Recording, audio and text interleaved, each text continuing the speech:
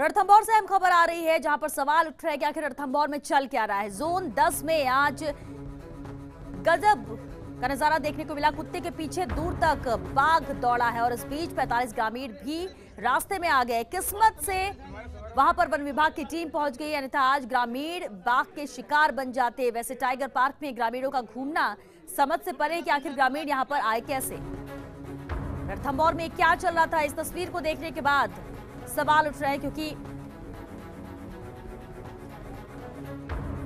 चलिए इस पर बातचीत के लिए संवाददाता निर्मल तिवारी हमारे साथ जुड़ चुके हैं, उनसे बात करते हैं। निर्मल, ये रणथंभौर में हो क्या रहा था? कुत्ते के पीछे बाघ दौड़ता और 45 ग्रामीण वहां पर घूमते नजर आते हैं।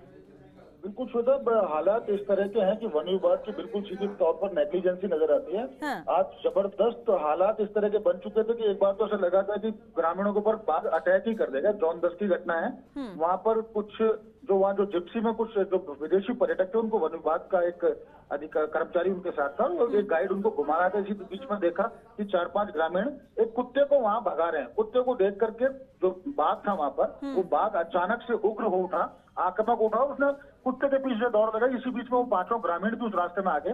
गनीमत ये रही कि बाघ ने उनके ऊपर अटैक नहीं किया और इसी बीच में जो वन विभाग की जो टीम वहां जो पहुंच चुकी थी, उसने किसी तरह से बाघ को डिस्ट्रैक्ट किया ताकि ग्रामीणों के ऊपर वो अटैक ना करे। लेकिन प्रथम दृष्टया अगर देखें तो निश्चित तौर पर वन विभाग की सीधे तौर पर गलती नजर आती है कि वन विभाग किस तरह से ग्रामीणों को वहां जाने से रोक नहीं पा रहा है। ग्रामीण डंडे लाठियां, एक ग्रामीण के हाथ में देखा एक नुकीला हथियार भी एक के हाथ में नजर आ रहा है। इसका मतलब कहीं ना कहीं वो लकड़ियां काटने जा रहे थे, या हो सकता है कि किसी छोटे जानवर के पीछे वो भागे हों। लेकिन कुल मिलाकर कहा जा सकता है कि बिल्कुल एक नेग्लिजेंसी है और आज एक बड़ी घटना रणथंभौर के अंदर घट सकती थी। बिल्कुल, लेकिन अगर जंगल में ऐसे ग्रामीण घूम रहे हैं निर्मल, तो वो तो अपनी जान हथेली में लेकर घूम रहे हैं, क्योंकि बाघ तो वहां पर विचरण करेंगे और ऐसे में कोई शिकार हो जाएगा, तब फिर किसकी जिम्मेदारी, किसकी लापरवाही?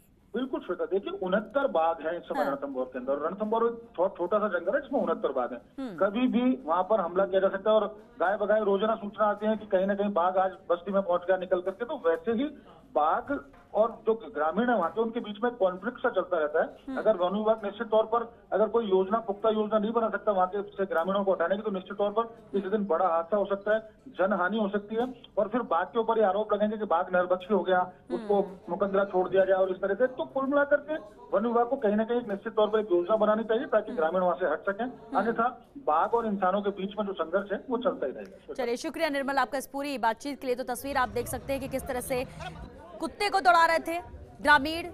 बाघ अचानक देखता है, वो कुत्ते के पीछे दौड़ने लगता है, लेकिन ग्रामीण भी वहीं पर थे। ये तो गनीमत रही कि वन विभाग के लोग वहां पर पहुंच गए और इन लोगों को बचाया जा सका, वरना इनकी जान भी जा सकती थी, बाघ इन पर अटैक कर सकता था।